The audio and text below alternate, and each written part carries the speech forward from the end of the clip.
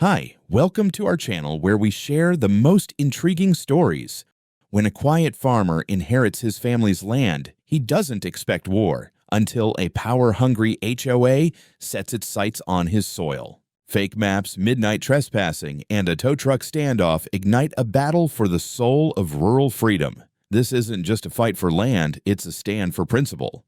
When I first took over the farm, I didn't think I'd be spending my days explaining to people that yes, it really is mine, and no, it's not for sale, lease, or HOA assimilation. The land's been in my family for 3 generations. My father, a Navy vet with a spine made of steel and a handshake like a bench vise, made it clear from day one, you protect your land like you'd protect your kin. Never give up an inch without a fight.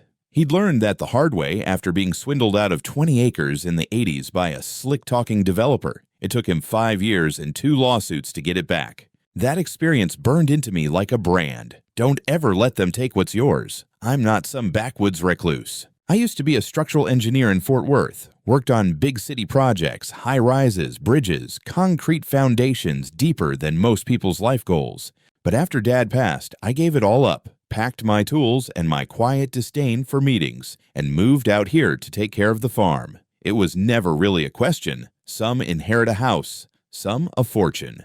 I inherited duty, and a hell of a lot of dirt. The farm itself is 120 acres of working land, a main house that creaks with age but stands firm, a couple of barns, a grain silo that rattles in the wind like it's telling ghost stories, and my pride and joy, the tractor. She's old, rust-kissed, and stubborn as a mule on a cold morning, but she runs, and she works harder than most people I knew in the city. For a while, things were peaceful. I mended fences, replanted the south field, restored the workshop Dad built with his own hands. Sunrise coffee, evening beer on the porch, the kind of life no boardroom ever offered. But change has a way of creeping up like weeds in the back pasture. A few months back, construction crews started working on the edge of my land. I figured it was another warehouse, or maybe a gas station. Then came the signs. Elk Springs Vista, luxury living. Next thing I know, they're putting in sidewalks, decorative rocks, and houses so close together you could high-five your neighbor through the window. I didn't pay it much mind at first. Their development sat just far enough from my fence line, and I had enough work to keep me busy without worrying about picket fences and petunia regulations. But you could feel it in the air, a slow creeping encroachment. First came the noise, then the traffic, and then the stairs. One morning, I was moving the tractor after a rain, leaving a few muddy ruts near the edge of my drive. As I hopped down to grab a wrench, a woman in yoga pants and a visor power walked by with her golden retriever, gave me a look like I'd just keyed her car. "You really shouldn't be leaving that thing so close to the entrance," she said, gesturing vaguely at my machine. I told her the entrance was to my land and my land only. She didn't respond, just huffed and strutted off like I'd committed a hate crime against her suburban sensibilities. I laughed it off. One Karen didn't make a crisis, but I'll admit, my gut tensed a little that day. I'd seen enough HOA horror stories to know how these things start. And just like weeds, once they take root, they spread. It was a Monday, the kind where the air's thick enough to chew and everything smells like wet hay and diesel. I just finished oiling the grain elevator when I noticed something out of place. Something bright and ugly slapped onto the windshield of my tractor like a slapped-on insult. A fluorescent yellow sticker flapped in the breeze. Big bold letters. Parking violation, vehicle subject to tow, Elk Springs Vista, HOA. I stood there for a second just blinking at it, like maybe if I tilted my head or squinted, it'd turn into a prank or a badly delivered Amazon package. But nope, it was real, laminated and everything. The bottom line read, "Final notice before removal, 48 hours." I looked around. My tractor was parked exactly where it always was. Halfway down the gravel drive that runs from the main house to the north silo. Private road, on my land, always has been. It didn't take a genius to figure out someone from the HOA had taken liberties they had no business taking. And right on cue, I heard it. The distant hum of a golf cart. I turned just in time to see a souped-up, logo-plastered HOA cart coming up my road like it owned the place. 2 figures on board. One of them, a man in his 60s with wraparound sunglasses and a vest full of laminated ID tags. The other, a woman with a clipboard, walkie-talkie, and the same look my high school principal used to get before sending someone to detention. They stopped 10 feet away and got out like they were stepping onto sacred ground. "Good morning, sir," said the man, flashing a badge that looked like it had been printed on a home office printer. "I'm Officer Craig. This is Officer Sheila. We're with Elk Springs Vista's compliance team. We're here to address a violation." "On whose property?" I asked, already knowing the answer. "This road borders Elk Springs Vista Phase 3, and per our community enforcement map, that vehicle," he pointed dramatically at the tractor, "is obstructing a shared-use road. We've issued a citation." I barked out a laugh. "This is a private farm road. Always has been. Check the county plat map. That tractor's not obstructing anything except maybe your overreach." The woman, Sheila, stepped forward and offered me a piece of paper I didn't take.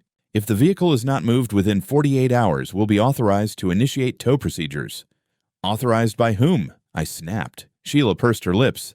"Our board. It was voted unanimously." "Oh, well," I said, putting both hands on my hips. "In that case, I guess I'll have to cancel the U.S. Constitution and defer to your HOA bylaws." They didn't laugh. "Sir," Craig said, his voice taking on a rehearsed tone, "non-compliance has consequences. If this becomes a continued issue, we will escalate. We're trying to maintain community standards." I stepped forward just enough for Craig to instinctively lean back.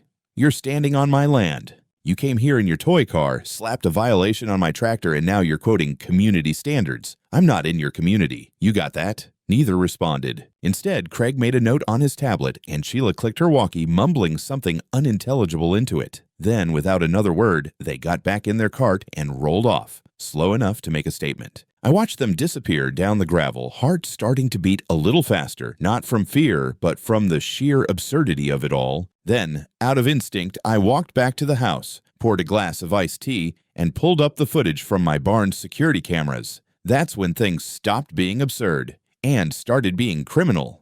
Timestamp: the night before, 11:42 p.m. One of those same HOA officers, couldn't tell which one, climbing over my west fence with a flashlight and a phone out, creeping across the pasture like some wannabe burglar. They made it all the way to my machinery shed, pointed the phone inside through a broken slat in the door, snapped a few pictures, then climbed back out the same way they came. I stared at the screen for a good 5 minutes, my jaw tight, tea untouched. They weren't just playing petty neighborhood politics anymore. They were trespassing, documenting, building something.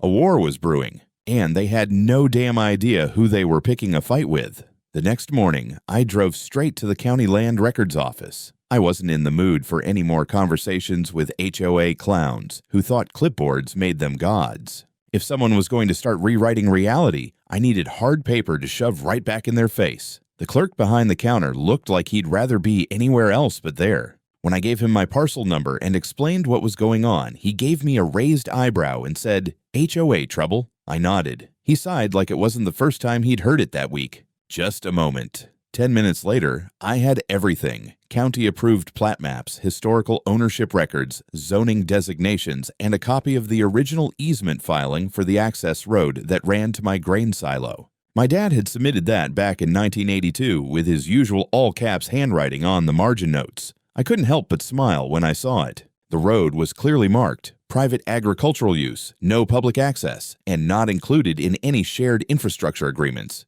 I spread the documents out on a side table and took pictures of everything, front and back, just in case someone accidentally lost the paper trail later. And then, for good measure, I asked to speak with a zoning officer. A woman named Carla came out from the back, late 40s, sharp eyes, and the kind of demeanor that suggested she didn't take crap from anyone. My kind of person. I explained the situation. She didn't even blink. "Elk Springs Vista has tried this before," she said bluntly. "They're aggressive about land annexation, especially when it comes to access points. But unless you signed anything, and I assume you didn't, they've got no legal right to enforce anything on your property." "I didn't sign a damn thing," I said. "And I've got cameras showing one of their people trespassing on my land too." Carla raised an eyebrow. "Then I'd start keeping everything documented. This won't be their last move." She was right. I got back to the farm and spent most of the afternoon compiling everything into a folder: maps, deeds, zoning confirmation, time-stamped footage of the fence-hopping HOA ninja. I even printed screenshots from Google Maps showing my land boundaries with the development miles off from touching them. That night, I wrote up a formal cease and desist notice and emailed it directly to the HOA board's contact listed on their website. I kept it polite but firm. You are not authorized to enforce anything on my land. Your officers have trespassed, and any further actions will be considered harassment and reported to authorities. I attached all the documentation, made sure it was time-stamped, and CC'd a lawyer friend I knew from my engineering days. 2 hours later, I got a reply from someone named Tracy McGinnis, president of the HOA. It read in full, "We respectfully disagree with your interpretation of the boundaries. Our most recent infrastructure plan shows your access road falling within Phase 3 Shared Utility Corridor. We are currently reviewing our enforcement options." That last part, it sent a chill right through my spine. The way she phrased it, interpretation, as if centuries of property law and registered deeds were just optional opinions. And what the hell was Phase 3 Shared Utility Corridor? That sounded like something out of a zoning fantasy novel. I opened the attached file she sent. It was a scanned HOA infrastructure plan, marked up with red highlighter in crude lines stretching out into what was very clearly my property. There were no official stamps, no engineer's seal, no permits, just a cheap satellite image with lines drawn like a kid had gone wild in Microsoft Paint. That's when it hit me. They were drawing their own maps, not referring to city maps, not county records. Their own documents, doctored to look semi-official, probably shown to contractors or residents to justify overstepping. And the scariest part, they were treating it like gospel. I spent the rest of the night going over the footage again, freezing the frame where the guy takes pictures of my barn. You could see it in his stance, like he was surveying something, like he believed it belonged to him.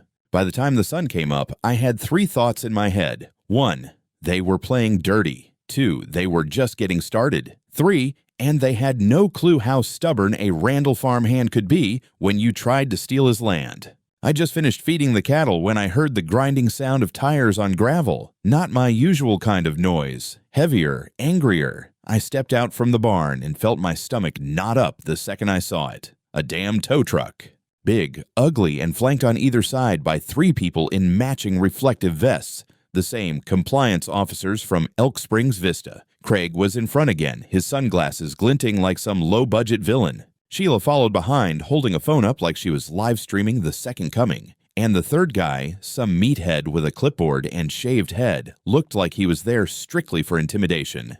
They rolled right into my driveway, and parked like they had every right in the world to be there. I walked up slow, steady, with my hands in plain sight. The last thing I wanted was to give them anything to twist. "Unless that truck's here to tow bad ideas back to HOA headquarters," I said, "you might want to put it in reverse." Craig stepped forward like he was delivering the Gettysburg Address.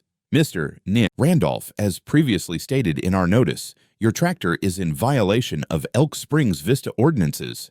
We're here today to enforce corrective action." I glanced over at the tow truck, where the driver was already stepping out with chains in hand. I didn't raise my voice. I didn't posture. I simply turned, walked back into the house, and came out 30 seconds later with my old 12-gauge cradled in both hands. Not loaded, but they didn't know that. "Get off my land," I said. "Now." Sheila froze. The meathead didn't move an inch, but his jaw clenched. Craig raised both hands like I'd just pulled a pin on a grenade. "Whoa, sir, this is unnecessary." "No," I cut in. "What's unnecessary is a private group trying to seize farm equipment off private property they don't own, don't govern, and don't even legally border. You've been told. You've been warned. Now, leave." They didn't leave. Not right away. Instead, Craig stepped to the side and pulled out his phone. "Calling the sheriff," he muttered. "Good," I said. "We'll wait together." And we did. 15 minutes later, a county sheriff's cruiser pulled up, followed by another car. A blue sedan with a local radio station logo on the side. I'd made a call too. I wasn't going to let this go undocumented. The deputy stepped out, one hand near his holster, eyes scanning everything. "What's going on here?" Craig launched into his spiel. "This man is threatening us with a firearm. We're here under authority of our community bylaws to tow an illegally parked vehicle." "It's not illegal if it's on his land," the deputy interrupted, already irritated. "Mr. Randolph, mind lowering the weapon?" I nodded, popped the breech open, showed it was empty, and set it on the porch rail. "I've got all the documentation in the house," I said. "They've been warned. They're trespassing. I've filed a cease and desist. They're ignoring it."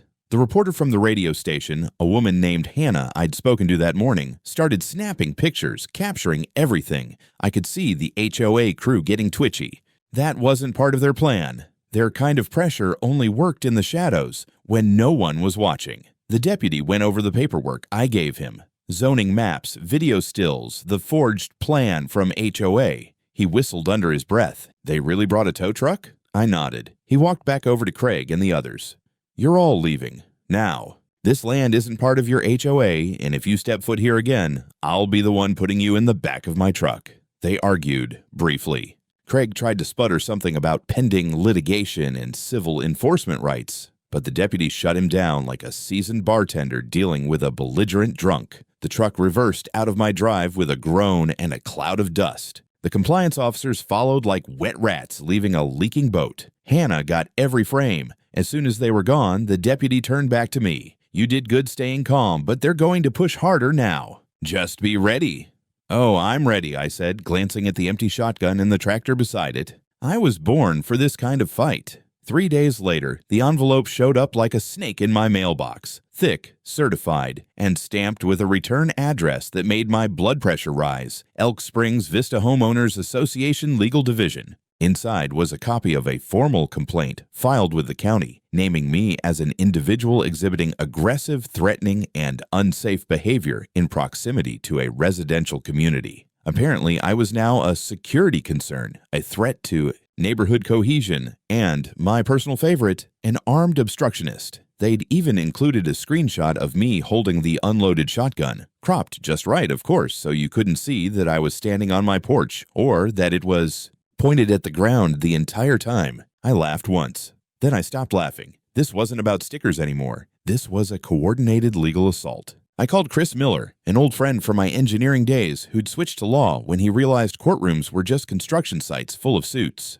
He specialized in land use, zoning, and what he liked to call civil idiocy. When I told him what happened, there was a long pause on the phone. "John," he said, "we're going to have some fun." Chris showed up at the farm that afternoon in jeans and a denim jacket, looking more like a ranch hand than a lawyer. We spread everything out on my kitchen table. Photos, zoning maps, security footage, screenshots of emails, the whole saga from fluorescent sticker to tow truck standoff. "This isn't just harassment," Chris muttered, flipping through the documents. "It's strategic escalation. They're trying to trigger a county response, build a profile on you, wear you down with paperwork until you either sell, give up, or snap." "Well, they picked the wrong damn farmer," I said. "Good. Because I'm about to file a counterclaim that'll have them choking on bylaws." Chris drafted a formal complaint to the county attorney's office citing unlawful harassment, false reporting, trespassing, attempted property seizure, and, the kicker, malicious misrepresentation of zoning authority. We also sent an official cease and desist with a legal threat attached. Continue, and we sue. Meanwhile, HOA didn't let up. Over the next week, I started getting more letters. Notices of community violations, all sent to my address even though I wasn't in their HOA. One claimed that my barn's color didn't meet local aesthetic standards. Another warned that my fencing might be potentially non-compliant with Phase 3 visibility requirements. A third threatened a fine for nuisance livestock odor. My livestock. On a farm.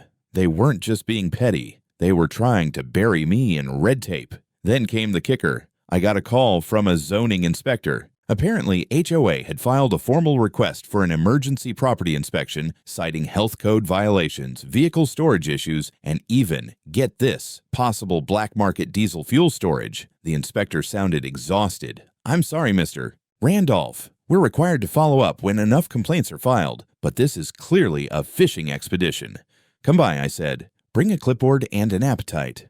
I'll cook you lunch while you confirm I'm not running a cartel out of my barn." He showed up 2 days later, did the full walkthrough, took pictures, made notes, complimented the cleanliness of my stables and the organization of my tool shed. Before he left, he leaned in and said, "Off the record, these people are nuts." But that wasn't the end. Chris went on the offensive. We filed complaints with the county planning board, ethics commission, and even the local press. I released the full security footage of the tow truck incident to the same radio station reporter who'd visited earlier, along with photos of the forged HOA map they'd sent me. Within 48 hours, a small news piece aired on the local AM station. Farm owner faces HOA overreach outside development boundaries. Not front-page news, but enough to light a fuse. 2 weeks later, we stood in the fluorescent-lit courtroom of the county courthouse, surrounded by file folders, USB drives, and two very different visions of reality. On one side sat me and Chris, dressed in our best approximation of courtroom respectability. Clean boots, pressed shirts, and not a single frayed thread.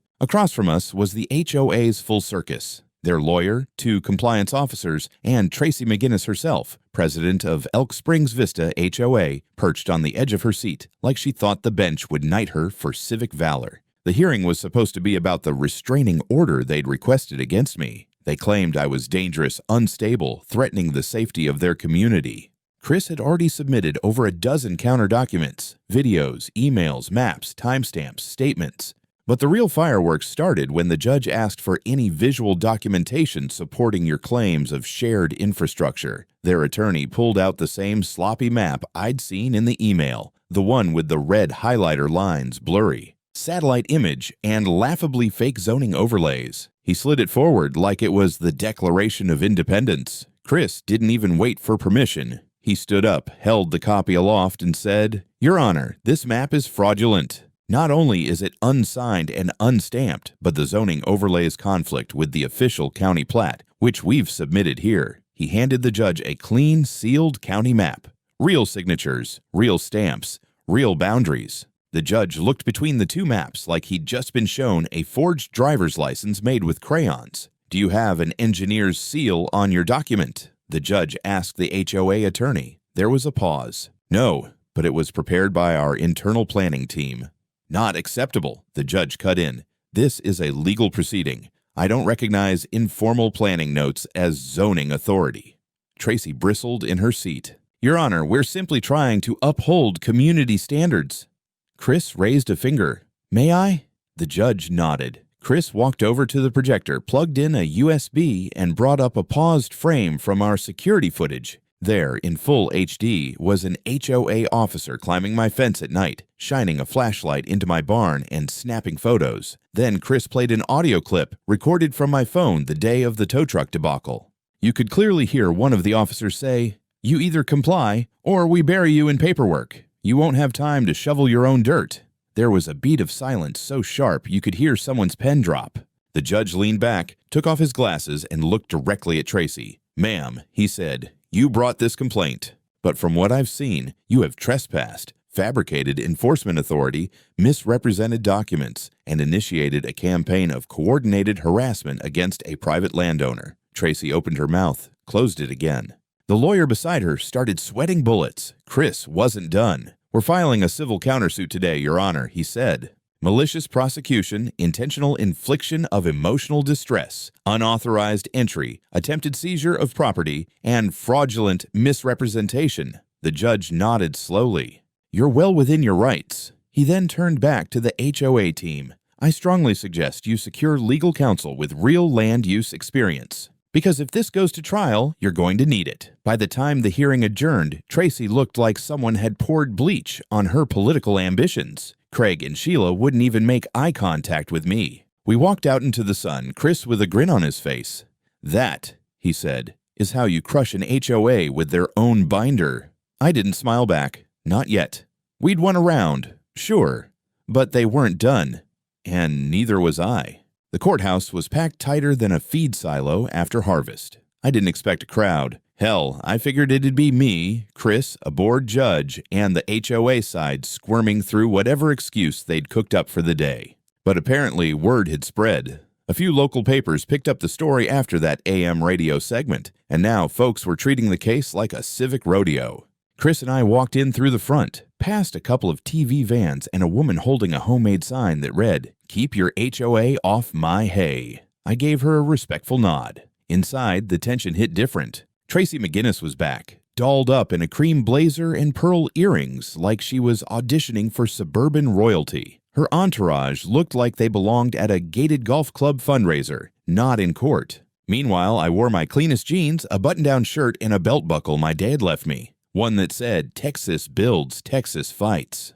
I figured it sent the right message. Judge Martin was presiding. Mid-50s, no nonsense, with a dry sense of humor and a coffee habit you could smell from 10 feet away. As soon as we were sworn in, he got straight to it. Today, we're here to resolve Randolph versus Elk Springs Vista HOA. Counterclaims included. I expect civility. I expect facts. I don't want drama unless it's backed up with a timestamp. Chris started strong. He laid out our case like he was reading from a blueprint, the timeline of harassment, the forged map, the security footage, the attempted towing, and the trespass. For each point, he submitted physical evidence, printed emails, notarized documents, certified copies of land maps, and the infamous audio clip where an HOA officer promised to bury me in paperwork. Then he called witnesses. First up was Carla, the zoning officer, calm, collected, and unimpressed by HOA nonsense. She confirmed under oath that my land had no overlap with Elk Springs jurisdiction and that the map they tried to enforce wasn't on file with any official agency. Next came Hannah, the radio reporter. She testified about witnessing the tow truck incident, described the body language of the HOA crew, and admitted on record that she'd never seen anyone act more entitled on someone else's soil. Finally, I took the stand.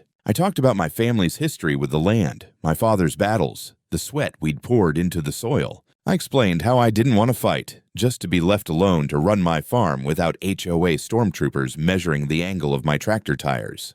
Tracy's lawyer tried to paint me as paranoid, hostile to regulation, and even deliberately provocative. He played the clip of me holding the shotgun, again cropped, but Chris was ready. He played the full footage. I was on my porch, weapon lowered, calm, legally standing on my property as a tow truck crossed my gate line without a warrant or court order. Then it was their turn. Tracy took the stand and launched into a teary speech about community values and safety and how Mr. Randolph's behavior intimidated families just trying to enjoy peaceful suburban life. She almost sold it until Chris pulled out an internal HOA email obtained during discovery. In it, Tracy wrote, "If we can annex his access road, we get leverage. He'll fold under pressure if we tie him up with county processes." You could hear the collective inhale from the room. Chris didn't need to say anything.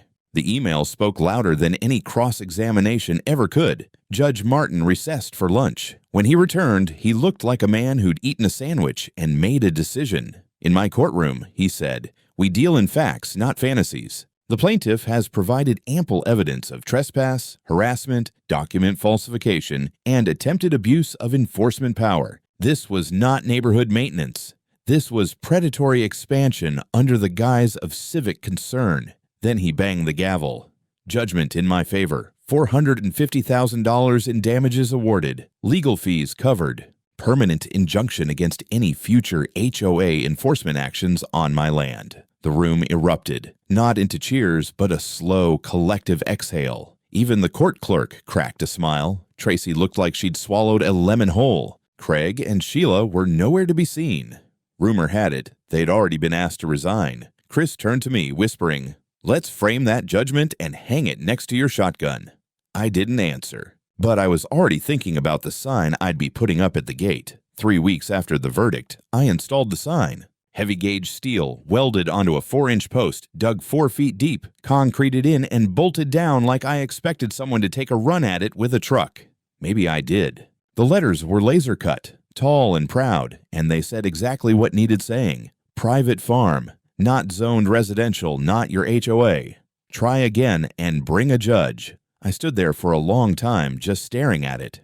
The metal gleamed in the sunlight. Behind me, the old barn door creaked in the wind, and the cows lowed like background music to a Western epilogue. It was quiet again. Honest quiet, the kind I hadn't heard in months. The local paper ran the headline, "Farmer wins big against HOA. Don't tread on dirt," he says. It wasn't a direct quote, but it made folks laugh. What I didn't expect was the flood of letters. Dozens, then hundreds. Handwritten envelopes, emails, even postcards from out of state. Farmers, veterans, engineers, retirees, people who'd fought similar fights, people who hadn't. One guy from Arkansas sent me a signed photo of his John Deere with a sticky note that read, "Still free." Somehow this whole mess had struck a chord, so I decided to do something with it. We called it Free Farmers Land Day. One Saturday afternoon, I opened up the north pasture. No permits, no fees, no HOA oversight. Just a big stretch of open ground, a few long tables, 3 grills going full tilt, and enough sweet tea to drown a mule. Local families came out. Neighboring ranchers showed up. Carla, the zoning officer, brought her kids. Even Hannah from the radio station helped MC. We had lectures about zoning law, property rights, and how to fight back against overreach. One guy brought a whole stack of pocket constitutions and handed them out like candy. Another gave a talk titled, How to Spot Fake Enforcement. Kids climbed on tractors. Dogs ran loose. No one got fined. In the center of it all sat my tractor, cleaned up, polished, parked on a wooden platform with a plaque that read, You can't tow what stands its ground. People posed for photos next to it. Veterans saluted it. A group of teenagers used it as a stage to play bluegrass covers of protest songs. I just leaned against a fence post, plate in hand, and let it all wash over me. That evening, when the crowd had thinned and the sun was sinking low, I walked back to the porch. The barn light clicked on automatically behind me. I sat down, boots up, listening to the night. Next to me on the wall, in a glass frame, was the old yellow deed to the farm,